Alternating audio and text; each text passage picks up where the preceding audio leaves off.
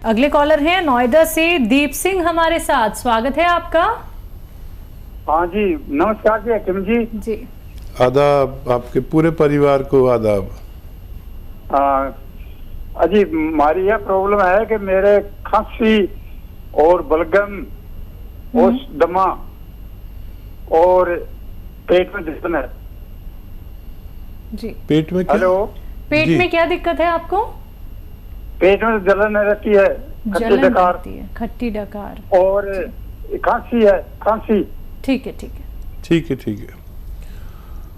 हाँ देखिए, इस वक्त दमे वाले को अपना बहुत ख्याल रखना चाहिए, बहुत ज़्यादा। बिल्कुल लोगों से फासला रखे, कम से कम 2 हाथ का, 2 गज का, और गर्म पानी 5 बार पिए। ये अच्छा इलाज है। और देखिए, दमे का बाकायदा इलाज करना होगा।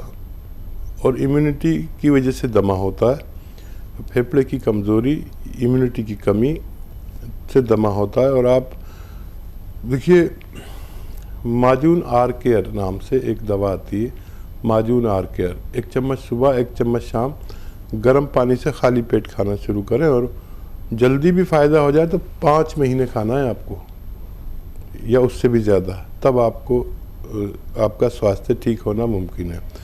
गैस के लिए आप मेथी पाउडर बना लें और 1-1 चम्मच सुबह शाम खाने के बाद लिया करें।